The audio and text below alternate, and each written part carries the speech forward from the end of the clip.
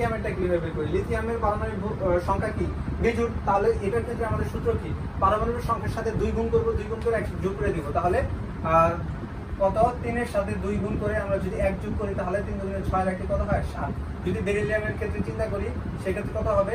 4 4 এর সাথে 2 যদি গুণ করি তাহলে কত হয়? 8।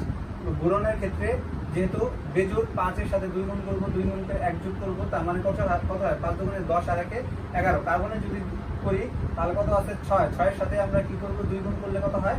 12। নাইট্রোজেনের ক্ষেত্রে যদি চিন্তা করি এই ক্ষেত্রে আমাদের নাইট্রোজেনের ক্ষেত্রেও আমাদের ব্যতিক্রম দেখা যায়। তাহলে এখানে কি করব? 7 7 এর সাথে যদি আমি 2 গুণ করি তাহলে কত হয়? 14। এখানে হওয়া উচিত ছিল কত? যেহেতু বেজোড় 7 এর সাথে আমাদের 2 গুণ করে 1 যোগ করার কথা, কিন্তু নাইট্রোজেন আমাদের কি ব্যতিক্রমধর্মী ইলেকট্রন ব্যতিক্রমী ভর দেখা যায়। এই জন্য কত করব? 14। তো এটা মনে রাখতে হবে। এবার আসো অক্সিজেন। অক্সিজেনের কত? 8। তাহলে 8 এর সাথে যদি আমরা 2 গুণ করি তাহলে কত হয়? 16। এবার ফ্লোরিন। ফ্লোরিন হচ্ছে বেজোড়, তার মানে কি করব? ফ্লোরিন 9 এর সাথে 2 গুণ করে আমরা 1 যোগ করব। তাহলে 9 গুণে 18, 18 এর সাথে 1 যোগ করলে কত হয়? 19। এবার যদি আমি নিয়নের ক্ষেত্রে চিন্তা করি, যেহেতু জোড় 2 গুণ করলেই হয়ে গেছে, তার মানে 20।